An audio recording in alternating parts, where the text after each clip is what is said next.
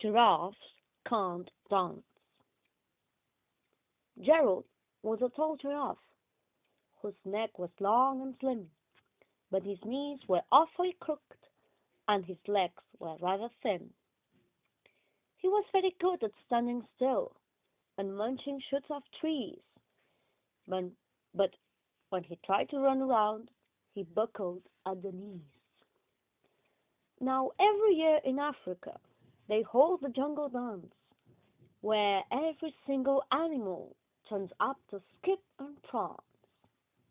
And this year, when the day arrived, poor Gerald felt so sad, because when it came to dancing, he was really very bad. The warthogs started waltzing, and the rhinos rocked and rolled. The lions danced a tango that was elegant and bold.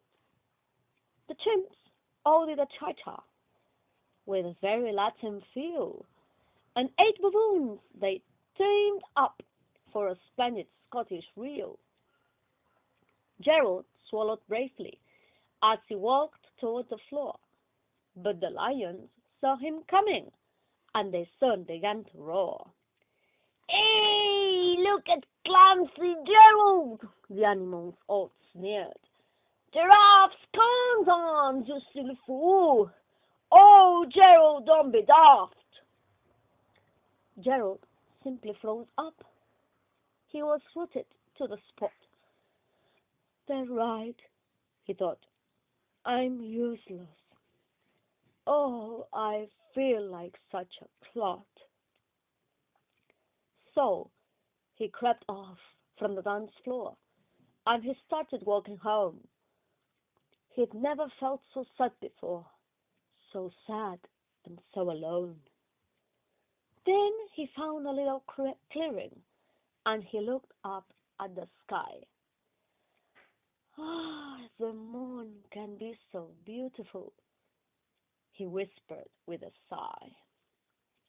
"Excuse me," coughed the cricket, who'd seen Gerald earlier on, "but sometimes when you're different, you just need a different song. Listen to the swaying grass and listen to the trees.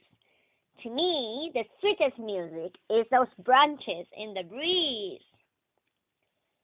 So imagine that the lovely moon is playing just for you. Everything makes music if you really want it to." With that, the cricket smiled and picked up his violin.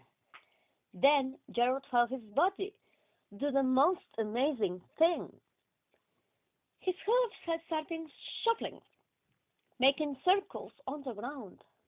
His neck was gently swaying, and his tail was swishing round. He threw his legs out sideways, and he swung them everywhere. Then he did a backward somersault and leapt up in the air. Gerald felt so wonderful. His mouth was open wide. "I'm dancing! Yes, I'm dancing! I am dancing!" Gerald cried. Then, one by one, each animal who'd been there at the dance arrived while Gerald looked on and watched him, quite entranced. They shouted, "It's a miracle! We must be in a dream!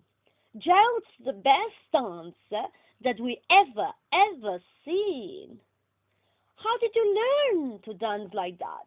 Please, Gerald, tell us how." But Gerald simply twizzled round and finished with a bow. Then he raised his head and looked up at the moon and stars above. "We all can dance," he said, "when we find music that we love."